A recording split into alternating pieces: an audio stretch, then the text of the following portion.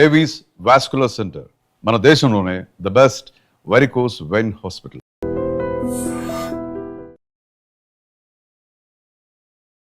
ఒకరి దగ్గరికి వెళ్ళి అవకాశాలు అడగరు, ఒకరికి కనిపించి సలాం చేయరు, వేరే వాళ్ళు మోసం చేస్తే సర్లే అని చెప్పి వదిలేస్తారు, డబ్బులు లెక్క చేయరు. ఈ ఇండస్ట్రీలో ఇలాంటి మనస్తత్వంతో ఇంత అమాయకంగా ఎలా నెట్టుకు రావాలనుకుంటున్నారు? నేను నమస్తే పెట్టినా కూడా నన్ను దేకలే అనమాట. డబ్బులు ఇవ్వకపోతే ఇప్పుడు నాకు ఒకసారి అడుగుతా, 2 సార్లు అడుగుతా, 3 సార్లు అడుగుతా. రాజమౌళి గారిని చాలా ఎర్లీ స్టేజ్లో చూసిన వ్యక్తి మీరు. సీరియల్స్ చేసేటప్పుడు రాజమౌళి గారు ఎలా ఉండేవారు, ఆ కథ ఎలా ఉండేది? చూస్తారు అంతే.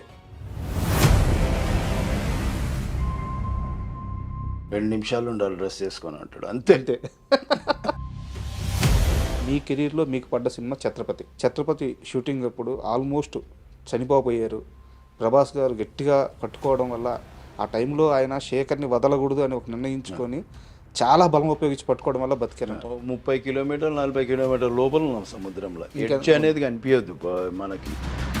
లెగ్స్ పట్టుకున్నాడు, జారింది, ప్యాంట్ పట్టుకొని అస్సలు వదిలట్లే. ఆఖరికి జారిపోయేసరికి తప్పని ఇట్లా.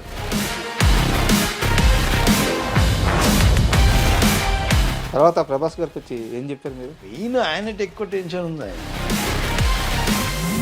ఎన్టీఆర్ గారి మాటలో బాలకృష్ణ ప్రస్తావన కానీ, బాలకృష్ణ మాటలో ఎన్టీఆర్ గారి ప్రస్తావన కానీ ఎప్పుడన్నా రావడం మీ ముందు గమనించారా? ఉన్నది ఉన్నట్టు చెప్పండి సార్. మీకు ఫస్ట్ ఆఫ్ ఆల్ కూడా చెప్తా,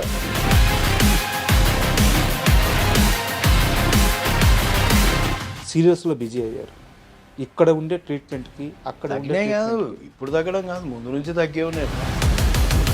చాలా మంది చెప్పే కంప్లైంట్ ఏంటంటే సినిమాలో స్టార్ హీరోలతో పనిచేసేటప్పుడు నన్ను ఇలా ట్రీట్ చేసేవాళ్ళు, సీరియల్కి వెళ్తే నన్ను ఇలా ట్రీట్ చేస్తున్నారు, అందుకని నేను సీరియల్స్ చేయను అని చెప్పేసి చాలా మంది యాక్టర్స్ చెప్తా ఉంటారు. అవునవును, వాళ్ళు చెప్పేది న్యాయం, నిజమే వాళ్ళు మాట్లాడేది. నిజమేనా? పొట్ట వస్తే ఒక్క 2 లైన్లు చెప్పలేడు వాడు ప్రాంప్టింగ్ లేకుండా. మన మేనేజర్లు అట్లనే ఉన్నారు, మన డైరెక్షన్ డిపార్ట్మెంట్ అట్లనే ఉంది.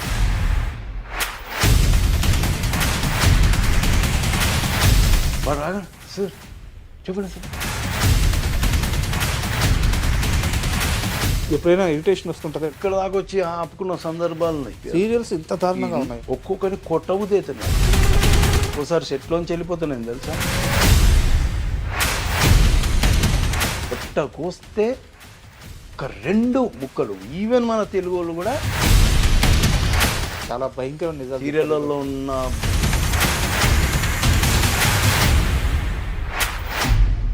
కీర్తి భట్ ఇప్పుడు ఎలా ఉంది రిలేషన్? నేను ఏదో నెగిటివ్గా చెప్పినా నేను ఆ పిల్ల గురించి అని ఏదో క్వశ్చన్ చేసింది. లేదమ్మా, నేను ఒకసారి ఫోన్ చేసి అడిగింది. ఫోన్ చేసింది.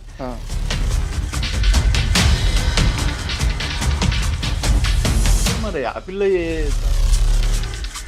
రావాల్సిన డబ్బులు వెనక్కి వచ్చినాయి. మీరు చాలా బలంగా నమ్మారు, సొంత కూతురులాగా చూసుకుంది. ఎవరు లేరు ఆ పిల్లకి. ఇండస్ట్రీలోకి వచ్చిన తర్వాత మీకంటూ ఒక గుర్తింపు వచ్చింది, మీరు బిజీ అయ్యారు. అలాంటి టైంలో ఫ్యామిలీ డిస్టర్బ్ అవ్వడానికి కారణం ఏంటి? ఇంకా వద్దు, ఎందుకు రోజు కొట్లాడుకొని రోజు ఇది పరిశాన అనే దానికంటే దూరం ఉంటే బెటర్ కదా. కో డైరెక్టర్ సత్యం గారు చుట్టూ ఉండే కొంతమంది మనుషులతో మాట్లాడాను. శేఖర్ బాధపడుతున్నాడు, గత 2-3 ఏళ్ళ నుంచి ఈ బాధ ఎక్కువైంది అని చెప్పి నాకు కొంతమంది చెప్పారు.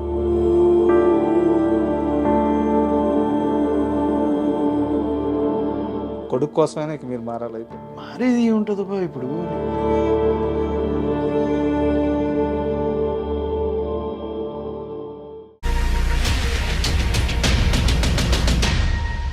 Hi, welcome to my show. ఇండస్ట్రీలో సినిమాని ప్రేమించే వాళ్ళు చాలామంది ఉంటారు, సినిమానే జీవితంగా బతికే వాళ్ళు కూడా చాలామంది ఉంటారు. అయితే ఈ సినిమా కొందరికి కీర్తిస్తుంది, కొందరికి డబ్బిస్తుంది. అయితే సినిమానే ఇంటి పేరు ఇచ్చే నటులు చాలా అరుదుగా ఉంటారు. అలాంటి వారిలో ఛత్రపతి శేఖర్ ఒకరు. ఆయన ఒరిజినల్ నేమ్ చంద్రశేఖర్. ఛత్రపతి శేఖర్గా ఇండస్ట్రీలో ఫేమస్ అయ్యారు. ఈరోజు ఆయన మనతో ఉన్నారు. ఆయన అడిగి మరిన్ని సినీ విశేషాలు తెలుసుకుందాం. హాయ్ సార్, నమస్తే. నమస్తే. చాలామంది చెప్పే కంప్లైంట్ ఏంటంటే నేను సినిమాలో స్టార్ హీరోలతో పనిచేసేటప్పుడు నన్ను ఇలా ట్రీట్ చేసేవాళ్ళు, సీరియల్కి వెళ్తే నన్ను ఇలా ట్రీట్ చేస్తున్నారు, అందుకని నేను సీరియల్స్ చేయను అని చెప్పేసి చాలామంది యాక్టర్స్ చెప్తా ఉంటారు. అవునవును, వాళ్ళు చెప్పేది న్యాయం, నిజమే వాళ్ళు మాట్లాడేది. నిజమేనా? మీరు సీరియళ్ళకి వచ్చి ఎప్పుడన్నా మీరు గమనించాలి దూరం నుంచి మా బిహేవియరు. ఇప్పుడు నేను అన్నాను చూడు వీళ్ళ గురించి, ఏ హీరో స్టార్ అనే ఫీలింగ్ ఎప్పుడు చూపెట్టడు అవతల ముందు అని చెప్పాను సినిమా వాళ్ళ గురించి. కానీ ఇక్కడ అట్లా లేదు. సీరియల్స్లో ఇక్కడ వాడు ఒకటో రెండో చేసింటాడు సీరియల్ అంతే. అసలు వాడి యాటిట్యూడ్, వాడి నడకలో, వాడి ఫేస్లో తెలిసిపోతుంది మనకి. పొట్ట కోస్తే ఒక్క 2 లైన్లు చెప్పలేడు వాడు ప్రాంప్టింగ్ లేకుండా. 10 ఎక్స్ప్రెషన్లలో ఒక్కటి కూడా పర్ఫెక్ట్ ఇవ్వలేడు ఎక్స్ప్రెషన్. వాళ్ళందరినీ హీరోలను చేసి తీసుకొచ్చి పెట్టిడ ఆ భాష ఈ భాషలో తీసుకొచ్చి పెట్టి వాళ్ళకి ఏం తెలుస్తుంది వాళ్ళకి. కొందరు నేను సీనియర్ యాక్టర్లను చూసినా సీరియల్ చేస్తున్నారు. వాళ్ళకు ఇప్పుడు నేను అనేది ఏంటంటే ఇప్పుడు వాళ్ళకి రెస్పెక్ట్ ఇవ్వాలి మనం. ఎన్నో సినిమాలు చేసి వచ్చి నువ్వు అసలు సినిమా గడప కూడా దొక్కలే నువ్వు. వాళ్ళు అట్లాంటిది 200-300 సినిమాలు చేసి వచ్చిన వాళ్ళు అంతే కదా. అది మనం చిన్నప్పటి నుంచి చూస్తున్న వాళ్ళకు కూడా నువ్వు రెస్పెక్ట్ చేయకపోతే ఎట్లా.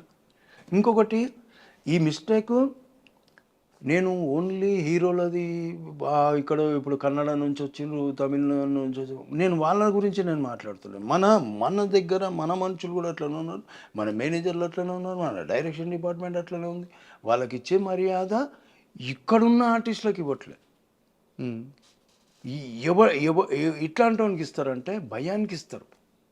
వాడు రాగా సార్ చెప్పండి సార్ బోలియే సార్ ఇది ఉంటుంది వాడిని. ఎందుకు వాడిని నెత్తినెక్కడ ఇంకా ఆడ ఇవన్నీ చేస్తే నువ్వు క్యాజువల్గా ఉండు. నువ్వు ఇప్పుడు మనతో ఎట్లా క్యాజువల్గా ఉంటున్నావు అట్లనే ఉండు. ఇప్పుడు ఇట్లాంటివి ఉంటాయి నాకు. ఇప్పుడు అంటే ఇట్లాంటివి నేను చూస్తుంటా గమనిస్తుంటా. అది నాకు నచ్చదు. ఈ అమ్మాయిలు కూడా అంతే, వాళ్ళని పట్టుకొస్తారు వీళ్ళని పట్టుకొస్తారు, వాళ్ళ బిహేవియర్ అంతే ఉంది. మనోళ్ళే చెడగొట్టిరా సగం. ఇప్పుడు మన సినిమాలలో కూడా మనం బయట వాళ్ళని పట్టుకొచ్చినప్పుడు మనతో మాట్లాడే విధానం వేరే ఉంటుంది, వాళ్ళతో మాట్లాడే విధానం వేరే ఉంటుంది. మన దగ్గర జీ సాబ్ బోలియే సాబ్ బో సాబ్ సాబ్ అంటే ఆడు నీలుగుతాడు. ఇక నువ్వు మామూలుగా ఉంటానని నేర్చుకుంటే ఎప్పుడైనా ఇరిటేషన్ వస్తుంటుందా ఇలాంటి బిహేవియర్ చూస్తే? అయ్యో ఇరిటేషను, నేను సీరియల్లో చాలా ఇరిటేట్ అవుతుంటున్నాను. ఒక్కడికి కూడా ప్రొఫెషనలిజం అనేది ఉండదు. మనం సినిమాలు చేస్తుంటే ఒక సీన్ కోసము వన్ మోర్లు ఆర్టిస్టులు ఇన్వాల్వ్ అయ్యి డిస్కస్ చేసుకొని, అరే నువ్వు ఇట్లా కూర్చో నేను ఇట్లా, నీలా బాడీ లాంగ్వేజ్ దగ్గర నుంచి ఇంత హోంవర్క్ చేస్తే వాళ్ళ దగ్గర ఏముంటుంది? నువ్వు చెప్తున్నావు ప్రాంప్టింగ్, నేను అరుస్తున్నా అంతే, నీ మాడ్యులేషన్లోనే అరుస్తున్నా. నాకంటూ వ్యక్తిగతంగా ఏమి ఇండివిజువాలిటీ లేదు, నేను ప్రూవ్ చేసుకుందామని ఏం లేదు. ఇలాంటి ఆర్టిస్టులకు అవసరం లేదు కదా ప్రాంప్టింగ్. నాకు అవసరం లేదు, వాళ్ళకి చెప్తాను. నాకు ఇరిటేషన్ వస్తుంది, ఇన్వాల్వ్మెంట్ ఉంటుంది. ఇప్పుడు మీరు నాకు సీన్ చెప్తున్నారండి, నేను సీన్ వింటున్నాను, నేను కూడా డైలాగ్ అనుకుంటున్నాను. ఇప్పుడు 5 మంది సీన్లో ఉన్నారు, 5 మందిని పిలుస్తారు, వాళ్ళు సీన్ చెప్తుంటారు అందరికీ. ఒకడు ఫోను, ఒకడు గిల్లుకుంటా, ఒకడు సొల్లువాగుడు, వాళ్ళు అమ్మాయిలు అబ్బాయిలు ఈడు ఒకడు ఫోను.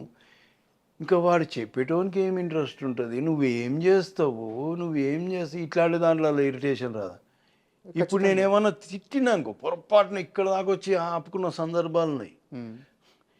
ఎందుకంటే అరే ఈ సీనియర్ కాబట్టి అనేసిండు మనని అనుకుంటే ఎందుకులే, వీళ్ళు దరిద్రులు ఇంతే, వీళ్ళు మారరు, మనం ఎందుకు వీళ్ళ గురించి, మనమే మారితే అయిపోలే, పట్టించుకోకుండా వదిలేస్తే వాడిని వాడు నాక్కుంటాడు. రేపు పొద్దున ఒక సీరియల్ చేస్తాడు, 2 సీరియల్ చేస్తాడు, 3వ సీరియల్ మర్చిపోతాడు. మరి లాంగ్ టైం సస్టైనిటీ అయితే ఉండదు. ఇలా అయితే ఉండదు. నీకు భక్తి అనేదే లేకపోతే నువ్వు ఎట్లా నువ్వు దేవుని దగ్గర పోయి ఉట్టిగా నమస్తే సాబా అని వస్తావా నువ్వు? అరే జర దేవుని దగ్గర మనస్ఫూర్తిగా దండం పెట్టుకోతే మనస్ఫూర్తిగా ఆయన కూడా కొద్దిగా సంతోషం అనిపించాలి. వీడు ఎందుకు వచ్చిండ్రా నాయన ఉట్టి కొబ్బరికాయ ఒట్టిపోతాడని ఆయన ఫీలింగ్ ఎందుకు చెప్పారు? సీరియల్స్ ఇంత దారుణంగా ఉన్నాయి. అరే చూస్తే తెలుస్తుందబ్బా. ఒక్కొక్కరిని కొట్టబుద్ధి అవుతుంది నాకు, ఇరిటేషన్. ఒక్కోసారి సెట్లోంచి వెళ్ళిపోతున్నాను తెలుసా, నాకు నచ్చక సెట్లోంచి వెళ్ళిపోతున్నాను. ఏం చెప్పను ఎవరికి. పొట్ట కోస్తే ఒక 2 ముక్కలు, ఈవెన్ మన తెలుగు వాళ్ళు కూడా సేమ్ 2 లైన్లు ప్రాంప్టింగ్ లేకుండా చెప్పలేరు. క్యూ డైలాగ్ ప్రాంప్టర్ చెప్పాలండి నాకు మీకు?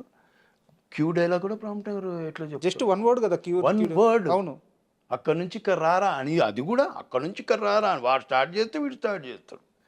ఇంకేం భక్తి ఉంది, ఏం నేర్చుకుంటా అంటే నీకు పైసలు వచ్చినాయి చాలు, నా పైసలు నాకు వస్తేనే బస్ కథం, నా స్టైల్ నేను కొడుతున్నా, నా మేకప్ నేను మంచిగా కనిపిస్తున్నానా లేదా స్క్రీన్ మీద, నేను మంచి బట్టలు కట్టుకున్నాను లేదు, ఇది తప్ప భక్తి అనేది లేనే లేదు. మనోళ్ళకి లేదు, బయట వాళ్ళకి లేదు. ఇది చాలా భయంకరమైన నిజాలు. సీరియళ్ళల్లో ఉన్న అసంతృప్తి ఏదో ఇట్లాంటి మీరు చూస్తే తెలుస్తుంది. ఇప్పుడు నేను చెప్తే కాదు, చూస్తే మేబీ నాకంటే ఎక్కువ నోటీస్ చేయొచ్చు మీరు. నేను ఒక్కోసారి వేరే పనులు ఉండే అంత నోటీస్ చేయనేమో అట్లా. అందుకే నేను వీళ్ళతో కూర్చొని వెళ్ళిపోతా, ఉంటే రూమ్లో కూర్చుంటా, లేదంటే పోయి కార్లో కూర్చుంటా. ఇట్లాంటివి ఉన్నాయి. సీరియల్స్ ప్రస్తావన వచ్చింది కాబట్టి ఒక క్వశ్చన్. కీర్తి భట్ మీ కూతురు, అవునవును. ఇప్పుడు ఎలా ఉంది రిలేషన్? ఇప్పుడు నాకు ఆమె ఫోన్ చేయక చాలా రోజులు అయింది. మొన్న మధ్యలో నాకు చిత్రమందిలో కలిసింది, ఒక 2-3 రోజులు పక్క సెట్లో ఆమెది నేను మాట్లాడుకొని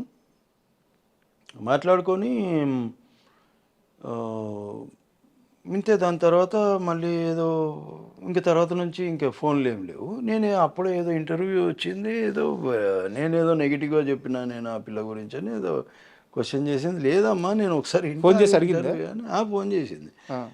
చూస్తాగంటే అందులో ఏం తప్పు లేదు. నేను వేరే వాడికి ఇందులో ఏమైనా తప్పుగా నేను కీర్తి గురించి చెప్పినట్టు అనిపిస్తుందా నీకంటే, అసలు ఏముంది, నువ్వు ఏం మాట్లాడినాను. దానివల్ల ఏదో మరి ఆ పిల్ల తనకు మరి ఎందుకంటేందో తెలియదు, కొద్దిగా బాధపడ్డట. సరే ఒకసారి మాట్లాడినాం, 2 సార్లు మాట్లాడినాం, తర్వాత నేను మాట్లాడలేదు. ఆ పిల్ల యాక్చువల్గా ముందే అలిగింది, వాళ్ళ ఎంగేజ్మెంట్ జరిగేటప్పుడు నేను వెళ్ళలేకపోయినా, పోలేదని అలిగింది. తర్వాత మొన్న మాటలు వచ్చి మళ్ళీ ఈ మధ్యలో నాకు ఫోన్ ఏం లేదు. మరి ఇంకా నేను కూడా ఏమి ఫోన్ చేయట్లేదు. వాళ్ళు రావాల్సిన డబ్బులు వెనక్కి వచ్చినాయి? నేను అడగలేను, నేను అడగలేదు. మరి ఫోన్ చేశారు, నా గురించి నెగిటివ్గా మాట్లాడారు, సో ఇద్దరు మీకు రావాల్సిన అమౌంట్ మీకు ఇస్తానని చెప్పి అటు సైడ్ నుంచి కూడా లేదు. అవి రావు, అట్లాంటి మాటలు ఎందుకు వస్తాయి, ఇట్లాంటివి వస్తాయి. అంటే ఇక్కడ నా డౌట్ ఏంటంటే, మీరు చాలా బలంగా నమ్మారు, సొంత కూతురులాగా చూసుకున్నారు. నేను నిజంగా మా పిల్లనే కాదు, నేను రెండో కూతురు త్రిషని అందరూ పిల్లలే అనుకున్నాను. అందులో చేసిన వాళ్ళని పిల్లలే అనుకున్నాను. భార్య అనుకోలేదు, కానీ పిల్లలు మాత్రం అదే నేను వాళ్ళకేదో చిన్న ప్రాబ్లం వచ్చిందంటే నేను నమ్ముతాను కదా, పాపం దానికి ఎవరు లేరు ఆ పిల్లకి. సో అది ఒకటి మైండ్లో ఉంది నాకు. కానీ రాను నేను అనుకున్నారే, మనసు ఇచ్చి చూడనే సీరియల్ చేసిన మనసు నేనే ఇచ్చినా కానీ ఎవరు ఇవ్వలేరా మనసు అనుకున్నాను. అండ్ ఇంకోటి, ఆ సీరియల్లో మీరు సంపాదించిన దానికంటే కూడా బయట పోగొట్టింది ఎక్కువ అంటగా. 3-4 బొక్క అందరికి ఇలాగ అప్పులు ఇచ్చి. అప్పులు కాదు, అదే తిరిగి అడగరుగా, ప్రింటింగ్ మీడియం ఉన్నట్టు. నేను వెనక ముందు అందుకే అది ఇంతకుముందు కూడా మనది ఆఫ్లో ఉండిపోయింది. పైసల గురించి అస్సలు ఆలోచించాలి, అదొకటి బాధ, అదొకటి ప్రాబ్లం. మనం ముందు నుంచి పైసలు చూసింది లేదు, చూసింది లేదు. ఇప్పుడు ఉంటేనేమో ఏదో కొనుక్కుందాము, ఏదో ఉంటే వాడు అడిగింది కదా అని చేసినాం తప్ప మనకు తెలియదు ఆ తర్వాత ఇవి నిజాలా అబద్ధాలా అనేది. ఇప్పుడు తన పట్ల మీ అభిప్రాయం ఎలా? ఇప్పుడు ఇది విన్నా కూడా మళ్ళీ ఫోన్ వస్తుంది నాకు, హలో నాన్న నువ్వు నా గురించి తప్పుగా చెప్పు. నేను అసలు ఇలా ఫోన్ ఎత్తడం మానేసిన. కాదు, ఇప్పుడు మీ అభిప్రాయం ఎలా ఉంది? తను సరే తన పాత్రలో తను వెళ్ళిపోయింది, ఎక్కడున్నా హ్యాపీగా ఉంటే చాలు అనుకుంటున్నారా, లేకుంటే అసలు మనకు సంబంధమే లేదు, మనకు అవసరం లేదు అనే ఒక అభిప్రాయానికి? అట్లా అనుకోలేమబ్బా, అట్లా అనుకునే మనస్తత్వం ఉంటే బాగుపడేటో అట్లా ఏమో అనుకోలేను. కానీ ఫోన్లే అది మంచిగుండని ఏదో ఒకటి, కానీ తిక్క పనులు చేయకుండా పని ఏదో సిన్సియర్గా చేసుకుంటా 2 సీరియళ్ళు చేసుకుంటా బతుకుతే మంచిది, ఒకరి మీద డిపెండ్ కాకుండా. బస్ అంతే, అదే అనుకుంటా. ఇంక ఇప్పుడు దాకా కాస్త సీరియస్ టాపిక్స్ అని సరదాగా ఒక 2 సరదా క్వశ్చన్స్ అడుగుతాం. బిగ్ బాస్ చూస్తారా? చూడండి, ఛాన్స్ చూస్తోని తెలుగు చూడు. ఛాన్స్ వస్తే వెళ్తారా? నేను అస్సలు అమ్మో దండం. బిగ్ బాస్ అనే దానికి అసలు దరిదాపులో కూడా ఏంటి అంటే ప్రాబ్లం ఏంటి? అన్న నేను పోతే 1-2 రోజులలో బయటకు వచ్చేస్తా పోయినా. ఎందుకంటే అలా ఊగే అట్లా ఇంత బుర్ర పెట్టలేను నేను, తెలివితేటలు అంత ఉపయోగించలేను. ఇట్లా ఉండాలి అట్లా ఉండాలి నాకు ఎట్లుంటే అట్లా ఉంటా, ఎట్లా మాట్లాడాలనిపిస్తే అట్లా మాట్లాడతా. ఏదో ఇప్పుడు మీతోనే ఏదో అప్పుడప్పుడు మంచిగా మాట్లాడుతున్నా కానీ నాకు వచ్చేది నా భాష అలాగూ నేను మాట్లాడేది తెలంగాణ. ఇట్లా నేను వాళ్ళతో ఇమ్మడలేనబ్బా. వాళ్ళు అంటే నాకు వాళ్ళు ఎట్లా కనిపిస్తారు అంటే అక్కడ కనిపిస్తుంటారు దేవతలు దేవుళ్ళ లెక్క కనిపిస్తుంటారు నాకు వాళ్ళు. అంటే అంత పాషు మనం ఇక్కడ మనం అనుకుంటా కానీ వాళ్ళని చూసినాక మనం చాలా పాష్ అనిపిస్తుంది. వాళ్ళ లోపల చూసినాక కొందరిని చూసినాక మనం చాలా పాష్గా అనిపిస్తుంది. ఫస్ట్ టైం అట్లా అనిపిస్తుండే, ఇప్పుడు సో బిగ్ బాస్కి అయితే వెళ్ళరు. హే Big Boss. And second question sir, cricket ఇండస్ట్రీలో క్రికెట్ అంటే బాగా పడి చచ్చిపోయే వాళ్ళు చాలామంది ఉంటారు.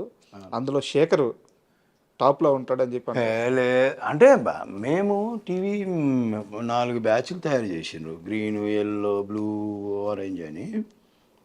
ఓ 40 మంది 45 మంది ఓవరాల్ 50 మంది అప్పుడప్పుడు ఆడేటోళ్ళు.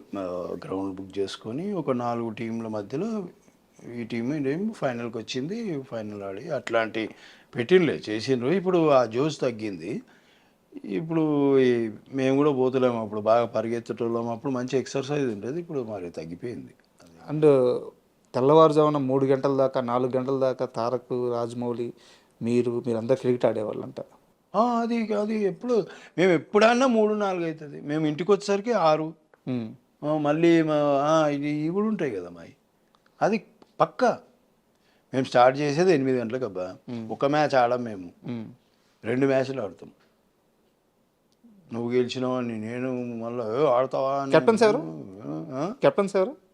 తారక్ ఇటు మా సైడు, అటు సారు రాజమౌళి గారు. ఇద్దరి మధ్య ఎప్పుడన్నా వాదులు ఆడుకోవడం సరదాగా అయినా సరే? వాళ్ళు సరదాగానా, సీరియస్ అవుతాయి. సీరియస్గానా? సీరియస్గా ఉంటాయి మ్యాచ్. అయ్యే బాగా క్రికెట్ గేమే ఇంకంతే. ఆడ తర్వాత ఇక ఎవరి ఇదేం లేదు ఆడ కంపల్సరీ అంతే. ఎన్టీఆర్ గారు బ్యాటింగ్ బాగా చేస్తారా, బౌలింగ్ బాగా చేస్తారు? బ్యాటింగ్ చేస్తారు, ఓపెనింగ్ వెళ్తారు. ఇంకా రాజీవ్ వాళ్ళిద్దరు ఓపెనింగ్, లేదంటే నేను తారక్ వెళ్తాం ఒక్కోసారి ఓపెనింగ్. ఓకే. మళ్ళీ మన అలీగారి బ్రదరు ఆ పిల్లోడు, మేము వెళ్తాం. మ్యాక్సిమం మేము ఆడితే ఓపెనింగ్ నేనే వెళ్తా, లేదా అంతే అట్లా ఉంటుంది కొద్ది.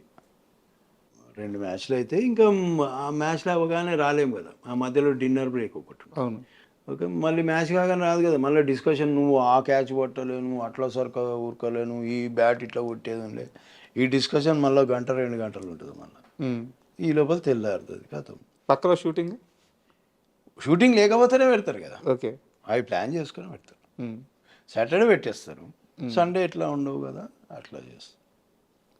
అండ్ ఫైనల్గా సార్, ఇన్నేళ్ళ ఈ జర్నీ తర్వాత నేను మారాల్సిన అంశాలు ఇవి నాకు తెలుస్తున్నాయి, మారలేకపోతున్నాను, త్వరలో మార్చుకుంటాను అనే అంశాలు ఏమన్నా మీకున్నాయా? మనకున్న బలహీనతలు ఏముంటాయి, సిగరెట్ అట్లాంటివి. ముందాగుతారా? అవి మందు మానేసి. అది ఎన్ని సంవత్సరాలు అవుతుంది? నేను 18 years ముందు తాగేటోని, 18 years మానేసిన. మళ్ళీ మొన్న 7-6 years నుంచి తాగిన, మళ్ళీ మొన్న మానేసిన. వాళ్ళు సిగరెట్లు అయితే అది అనుకోవాలి. ఇంకా ఇది సోంబేరితనం ఉంది కదా, ఇది మా అయ్యి ఎట్లా మారదు. ఇక నేను ఒకటే అనుకున్నాం, ఎట్లున్నాం అట్లున్నాం రానైనా పోనీ బండి నడవని. సరే ఏంది ఇప్పుడు ఏడ మార్చుకుంటూ కూర్చోవాలి మనం, సరే మారదాము, ఏడ మారాలి. నేను ఇప్పుడు మీకు సీరియల్లో చెప్పినప్పుడు నాకు మెంటల్ వస్తుంది అన్నా కదా, అది మార్చుకోలేరు. అది వస్తుంది, అది నేను మార్చుకోవాలా అన్నే. ఇప్పుడు నా కోపం ఎందుకు వస్తుంది, ఈ కొడుకులనే అబ్జర్వ్ చేయకపోతే అయిపోయింది కదా. అవును. నేనే వీళ్ళు ఇంతే మారనని నేను ఫిక్స్ అయిపోయాను అనుకో, నేను మారినట్టే కదా. నేను మారితే నాకు కొద్దిగా ప్రశాంతత ఉంటుంది, ఆ కొడుకులు బాగానే ఉంటారు, నాకు ఇక్కడ మెంటల్ వస్తుంది కదా. అట్లా అదొకటి మార్చుకోవాలని చూస్తా. అవతలను మారేదానికంటే మనం మారితే బెటర్. సార్ ఇంతసేపు ఇంటర్వ్యూ చేశాను, అంటే మీ వెల్ విషర్గా అడుగుతున్నాను అండ్ మీ అభిమాని కూడా నేను, మీ యాక్టింగ్ అంటే చాలా ఇష్టం. ఈ ఇంటర్వ్యూ కూడా ఏరి కోరి శేఖర్ గారిని నేను ఇంటర్వ్యూ చేయాలి అని చెప్పి ఇంటర్వ్యూ కూడా నేను పెట్టించుకున్నాను. సో నేను కాస్త చనువు తీసుకొని మిమ్మల్ని ఒక మాట అడుగుతున్నాను. ఇకపై ఇలా కాకుండా ఇండస్ట్రీలో మీకు పరిచయం ఉన్న వాళ్ళ దగ్గరికి వెళ్ళి కొన్ని మంచి అవకాశాలు సంపాదించుకొని అవసరమైతే వాళ్ళని అడిగి మళ్ళీ శేఖర్ యాక్టివ్ అవుతాడు, అద్భుతమైన పాత్రలు మళ్ళీ చేస్తాడు, నేను ట్రై చేస్తాను, ఎందుకంటే మీ యాక్టింగ్ మిస్ అవుతున్నాం మేము. సో ఒక మాట ఏమైనా ఇవ్వగలరా? లేను బా సరే, నేను ఇట్లా అట్లా ఉంది, అట్లనే ఉంటా అనేది ఫిక్స్ అయిపోయాను. ఇప్పుడు నాకు సీరియల్ వచ్చినా చేసుకుంటా, మేబీ డబ్బులు తక్కువ వస్తాయి. ఇక్కడ 6 గంటల దాకా పని చేస్తే ఆడ 9 గంటల దాకా పని చేస్తే. ఇక్కడ సినిమాలలో ఏంటంటే మన పని మనం చేసుకుంటాం, వెళ్ళిపోతాం ఇదని. కానీ ఇక్కడ అట్లా లేదు, కొద్దిగా ఎక్కడో నాకు పొల్యూషన్ కనిపిస్తుంది ఇప్పుడు కొన్ని చోట్ల. సినిమాలలో అస్సలు అట్లాంటిది ఏం నాకు కనిపించదు. అందుకే అసలు కొన్ని దగ్గర కనిపించవచ్చు, కానీ నేను అయినా సరే నేను వెళ్ళి వచ్చిన చిన్న వేషమైనా మేబీ ఇప్పుడు ఛత్రపతి లాంటి క్యారెక్టర్ మళ్ళీ పడాలంటే అట్లాంటి ఫ్రెండ్ వేషం చేసే ఏజ్ నాది దాటేసిన. సో అట్లాంటి ఇంపార్టెంట్ రీసెంట్గా త్రిబుల్ ఆర్లో కూడా మీది చాలా మంచి క్యారెక్టర్, అట్లాంటి ఇంపార్టెంట్ పక్కనే ఉంటారు కదా, అట్లాంటిది ఏదైనా పడితే చేయాలి. సార్ నాకు ఒక కాల్ క్లియర్ చేయండి.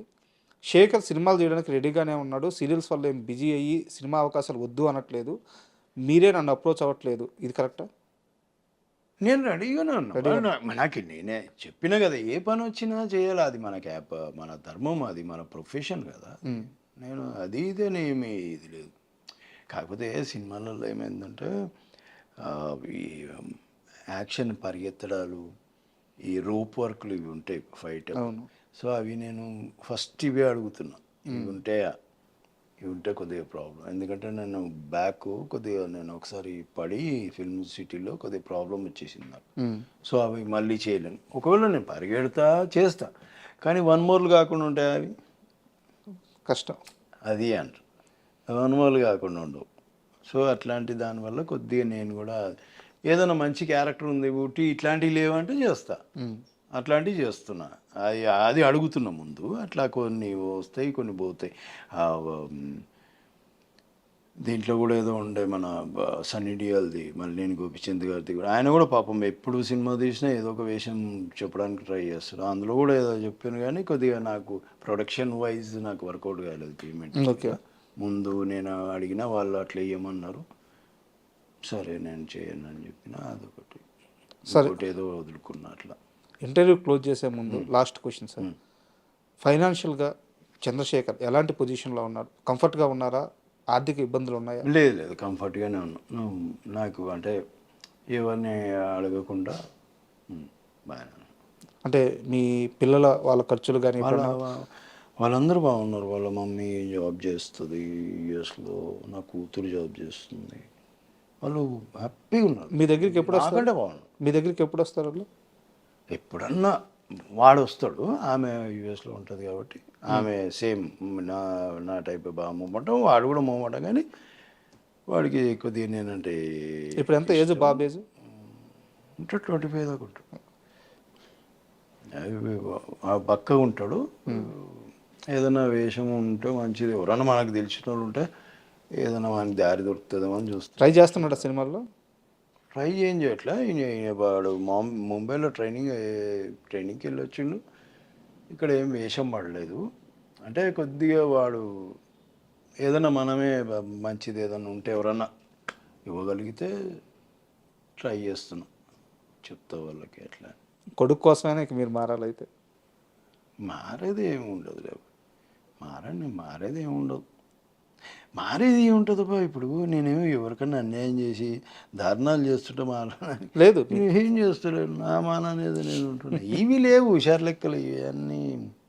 Hello sir, happy birthday, happy Sunday, ఇవన్నీ ఏం లేవు. ఓ కోట్లు పెట్టి మంచి మంచి మెసేజ్లు అవి అట్లాంటివి ఏం లేవు టచ్లో. అండ్ ఫ్యూచర్లో మీరు ఏదైతే జరగాలి అనుకుంటున్నారో, మీ లైఫ్ ఎలా ఉండాలి అనుకుంటున్నారో, చాలా కంఫర్ట్ లైఫ్ లీడ్ చేయాలని, మళ్ళీ యాక్టర్గా మీరు బిజీ అవ్వాలని మనస్ఫూర్తిగా కోరుకుంటున్నాను. And thank you.